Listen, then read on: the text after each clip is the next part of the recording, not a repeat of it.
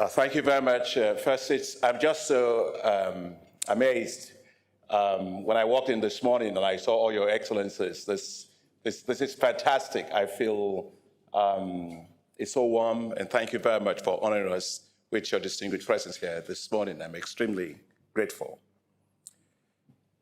Honorable Kenneth Ofori-Atta, the African Development Bank Governor and the Chairperson of the Board of Governors, and the Minister of Finance for the Republic of Ghana. Your Excellency, Shirley Ayok Boche, the Minister of Foreign Affairs and Regional Integration for the Republic of Ghana. Your Excellency, and I was enjoying my conversation with you, Kati Saba, High Commissioner of Canada to the Republic of Ghana and the co-chair of the Head of Missions. Your Excellencies, heads of diplomatic missions of member countries of the African Development Bank Group, and it is your bank, so I'm delighted that you're here. So this is home zone. Excellencies, heads of the bank's group's financial and technical partners that are here, distinguished guests, ladies and gentlemen, good morning et bonjour. It is truly an honor to be speaking to you this morning, Your Excellencies. I wish to express my deepest appreciation to you for honoring our invitation to this breakfast session. As you know, the work of the bank is in 5 strategic areas. One is to light up and empower Africa, to feed Africa, to industrialize Africa, to integrate Africa, and to improve the quality of life of the people of Africa. But of course, everything starts with food. And there's a reason why I'm saying that food is the most important thing. If I might digress for just a little bit on why that is important. When I was a kid, my father wanted me to be a medical doctor, so desperately. And I was only 14 years old when I finished high school. So my father always filled my forms, and he had been a farmer himself. And so my first choice was always, according to my father, medicine. The second choice was always veterinary medicine. And the third choice will be dentistry. And whether I liked it or not, I was going to be a medical doctor of some kind. And so when I applied to the university, they said my grades were not enough for medicine. So they would take me for agriculture. So my father, who grew up as a farmer, said, never in my lifetime. That's never going to happen. And so the second year I applied again, my grades fell short of medicine. And they said, we'll take you for agriculture. My father said, no, you cannot be in agriculture. We came out of that one. We're not going back there. And so the A-levels, advanced, because the British system. So I applied again when I finished my A-levels, and they say, oh, but your grades were just not enough for medicine. We'll take you for agriculture. And my father said, then God must really want you in agriculture. And then when that happened, I went on to do agriculture. And I went on to do agricultural economics in the United States, finished my PhD. And when I finished my PhD, I wrote my father a letter. And I put at the end of it, not my name, I just said doctor. And when he got the letter, he started calling me doctor from that time on, just doctor, doctor. So when our first son, who graduated from medical school, was graduating in the United States, we went over there. My father was 90 years old. So I brought him over there, and of course, he was saying doctor. We were taking pictures. And he said, doctor, and I turned. I said, yes, Dad. He said, no, I don't mean you, I mean the real doctor. To which I called my dad very quickly. I said, Dad, bring the real doctor close by. And I said, even the real doctors would tell you, take 3 tablets, 3 times a day, but only after food, which means that agriculture is more important than medicine.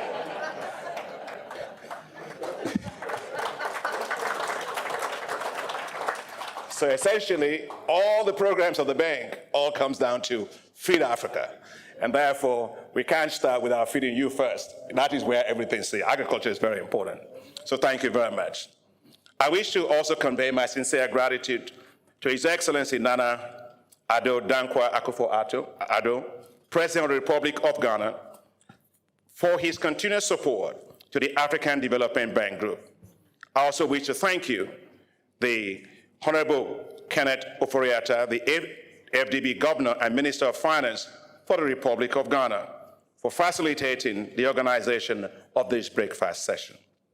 Since my arrival in Accra on May the 10th, the hospitality I have been accorded has been simply astounding. Thank you very much, Honorable Minister.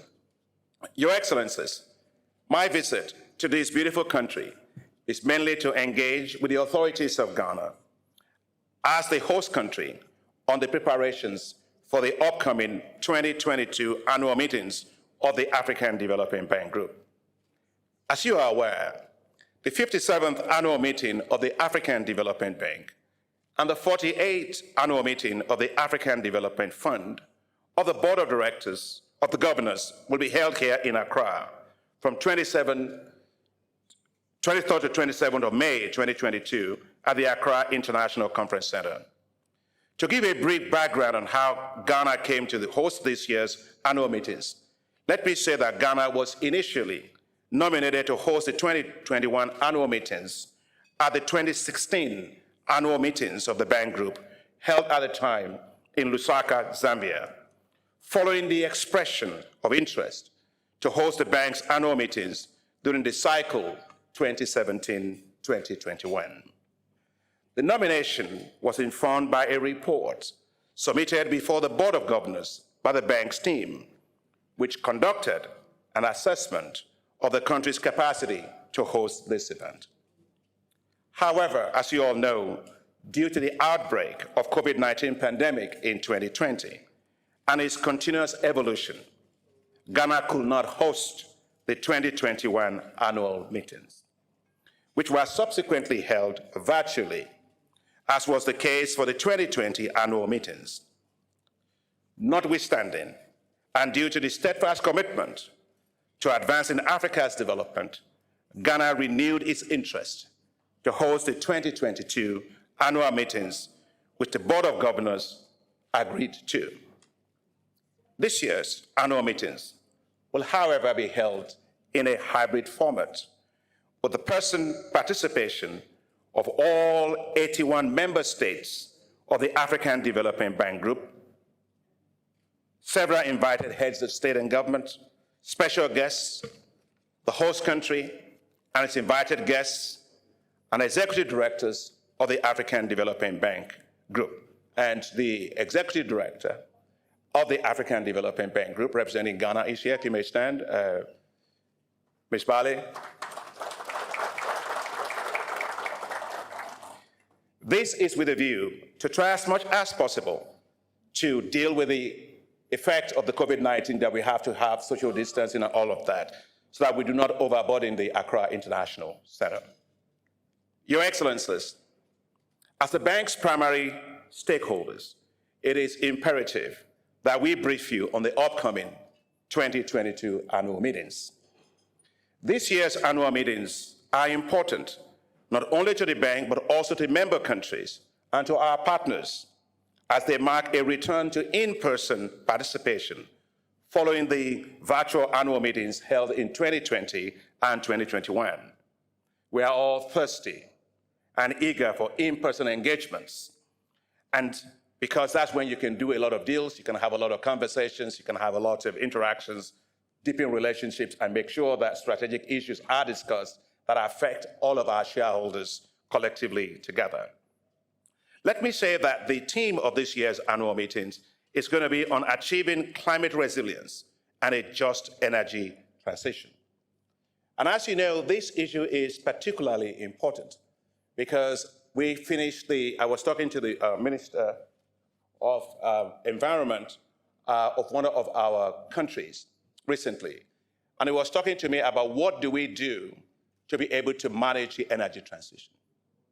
And I say energy transition is fundamental for us to do. God is good to Africa. We have sunshine, we have 11 terawatts of it.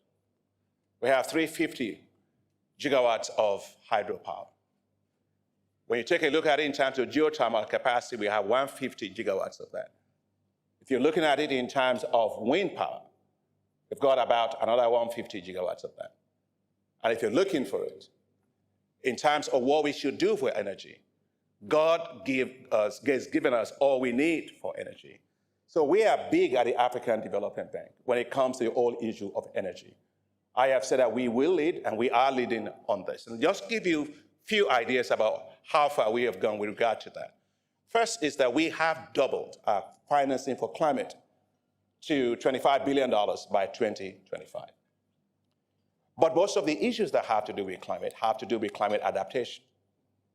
Africa only contributes no more than 3-4% of the greenhouse gas emissions. But it suffers disproportionately from the negative consequences of it. You've seen it in the floods, you've seen it in the droughts, you've seen it, most recently was in KwaZulu-Natal, which was tragic to actually watch. But that is it. Whether you are in the Sahel, whether you're in the Horn of Africa, ambassador from Ethiopia is here, the news is the same. So we've got to make sure that we help Africa to adapt to climate change. And adapting to climate change is something that we have been doing at the African Development Bank. In fact, if you take a look at your excellencies, in terms of our financing for climate, the UN Secretary General Guterres said that what we have to do is to have 50-50 balance between adaptation and mitigation. The bank's financing for climate, we are at 67% on adaptation, which is the highest you would find of any institution globally. In fact, I was delighted when the UN Secretary General singled out the African Development Bank as an example that others should follow, because we believe that adaptation is critical. And I was talking to the ambassador of Canada, because you also have with us a climate financing facility with us there, as many of you also have. But I want to also say that the events that I've also seen with regard to the droughts also tell us that we have to have our countries insured against catastrophic risk events that are coming because of climate. We have a facility at the bank, which is called African Disaster Risk Insurance Facility, which actually essentially pays premiums for countries to insure themselves against catastrophic risk events. Started off in 2 countries, Niger and Madagascar. Now we're in 9 countries, but we want to go bigger than that. So I'm saying that because you are all the excellencies representing your home countries, that getting access to climate finance is fundamental. The third thing I want to say on climate finance is what we are doing together with the former UN Secretary General, Ban Ki-moon. He and I worked together to establish what is called the Global Center for Adaptation. And the Global Center for Adaptation for Africa is based at the African Development Bank. And our goal is to raise $25 billion of climate finance to support Africa for adaptation mainly. And the last one, of course, is with the issue of just energy transition. How many of you, let me just see by a show of hands, how many of you love cruises? Being on cruise ships? No, Excellency, you don't travel at all. This is not really good. But they probably think it's a trick question. But the reason why I'm saying that is that when we say just energy transition, I would say this in Glasgow, that it is like if you go on a cruise ship, you move from one part of it to another part of it, and it's stable. It doesn't matter where part of the ship you move to. That's very, very stable. That is how energy transition is for developed countries. Everything is stable. The grid is stable. The energy systems are powered with a mix of energy that allows industries to work, and everything is very, very stable. Now, when you take a look at developing countries, African countries in particular, where energy levels are still very, very low, it's like a rickety boat that you put on the sea. And so you paddle this way, you paddle that way. If you flip from this side to that, you're gonna tumble over. So that means that Africa actually needs to have stable energy systems. It needs to make sure that it has the grid system to power its economies, make sure that it can create jobs by driving industries, while paying attention to renewable energy and mindful of the fact that's a decay function, that's a timeline with which we are going to have that energy transition. Hence the point, just energy transition. Energy transition that allows the economies to grow, that reduces carbon footprint, but also make sure that we are mindful that you can't just flip up the switch and then turn it off. So at the African Development Bank, we are leading on this work on just energy transition. And in fact, we are working very closely with the G7. G7, I want to thank all the G7 ambassadors that are here for the $8.5 billion that was actually put together for the just energy transition for South Africa. But as I was explaining to Her Excellency, the ambassador from Canada, that the amount that's actually needed is, for South Africa, is actually $27 billion. And what the African Development Bank has done is to put together a strategic plan of how to use the $8.5 billion, working with the G7 countries, to help to leverage the $27 billion for South Africa to actually do the energy transition without being in debt. And I want to emphasize, without being in debt. So these are the kind of discussions that we are going to be having when it comes to the meetings. To give you another headline of some of the discussions we are going to be having, it's about agriculture. Yesterday evening, Minister, after we finished our meetings, I had a testimony before the US Senate, virtually. And it was to talk about the whole issue of the war, Russia's war in Ukraine, and the implications of that for Africa. And of course, that means that as we look at that for Africa, you have the issue of crisis for the conflict, you have the issue of energy, now you have the issue of climate change. And so the challenges are quite many. And one of the things that we are going to be doing to more of is getting access to climate resilient agricultural technologies to farmers at scale of millions and millions. And I'm very proud to let you know, as our shareholders, that we are doing incredibly well in that. And whether it is climate resilient wheat varieties, whether it is for maize varieties, whether it is for rice, or whether it is for soybean. In fact, before our board of directors is our plan to do emergency food production plan for Africa to respond to that particular need, which is a $1.5 billion facility. And that will allow Africa to produce 38 million metric tons of food to compensate for the 30 million that we will lose. But the point I want to make is most of that will be climate resilient crop varieties from Ethiopia to Sudan, all across to Mali and all these countries. So all I'm saying is that for climate, the issue of making sure that our farmers can adapt to climate is very, very important. At this annual meetings, just to give you 3 points, there are several African heads of state that we have invited to this meeting. And I want to thank your Honorable Minister, Mr. President, for having invited several heads of state. There will be a presidential dialogue session. And that presidential dialogue session is to discuss emerging issues in Africa, development issues, and how to unlock opportunities for Africa. We are also going to be discussing several issues during these meetings. One of them will be the special drawing rights of the IMF, and how can we make sure that we use the special drawing rights in a way that actually advances Africa's development. As you know, IMF issues $630 billion in special drawing rights, but Africa only got about $33 billion. And so we do need to have a lot more to drive energy transition, to drive climate adaptation, to invest in infrastructure, to invest in food production, to build resilience for Africa. So there's going to be significant discussions around this particular issue. And ADF, the African Development Fund, will turn 50 years this year. And first, let me thank all the ambassadors that are here from all the African Development Fund countries. You've stayed true to it for the last 50 years. And during that period, the fund has provided about $45 billion financing to low-income countries and fragile states. And we are so thrilled and excited about the African Development Fund. But of course, yesterday when I was the president, what did he say? He said, Oliver Twist, right? He said, one good thing wherever he goes, and when he finishes talking, people say, great job, but Oliver Twist, we just want some more. The African countries need more resources to fight climate change, to deal with the issue of insecurity, to deal with the issue of debt, to deal with the issue of the conflict you see in Ukraine, to deal with massive infrastructure deficit, urbanization, lots of young people, jobs to be created, and all of these things. That needs more money. And as you know, the insecurity in many parts of Africa is a big challenge. Concessional financing is going this way.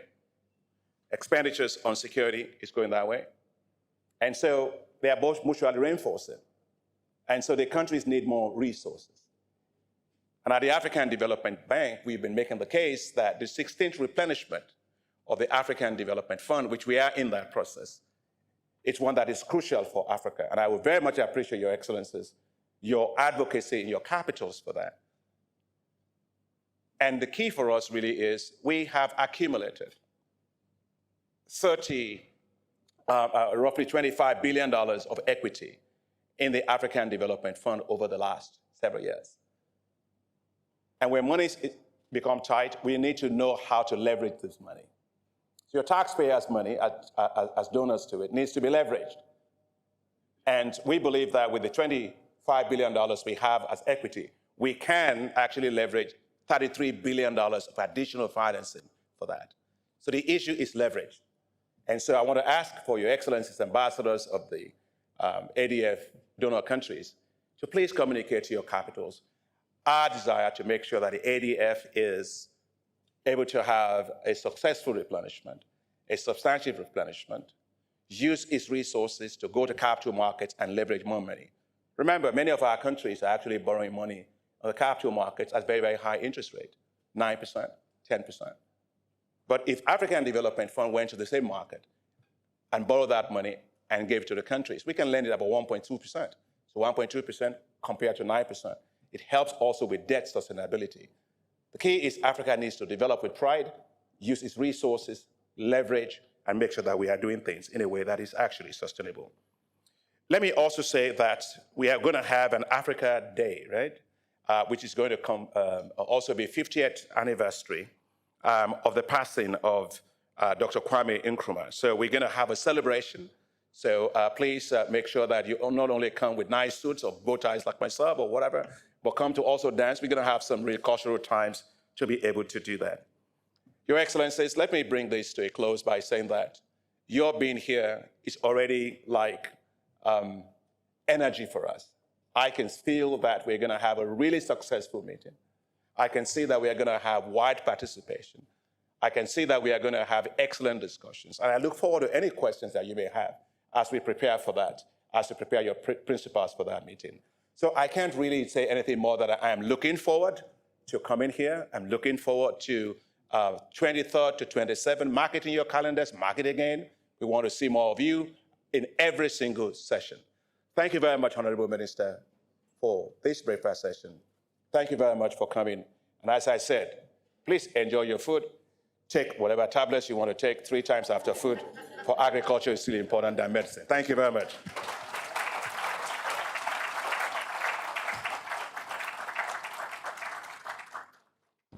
Thank you very much, Secretary General. No speeches, no remarks. I just want to say thank you. Thank you for making time out of your busy schedules to be here with us today. Thank you very much for the great support from the Development Partners Group. Thank you also for my brother from the United Nations and all of this, the TECO partners. We're looking forward to our strategic partnership with you all throughout this event. We're looking forward to your engagement with us in the issues that we'll be discussing and debating about Africa's development and economic opportunities. Obviously, we're also looking forward to your support for the bank itself and for all of its work.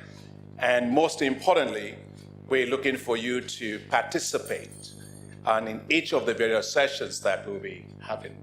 So on behalf of myself, on behalf of the Secretary General, on behalf of the Board of Directors of the African Development Bank, and on behalf of the Board of Governors of the African Development Bank, whose, of course, the chair is here, Minister Ken Ofori-Atta, I'd like to thank you very much for being here.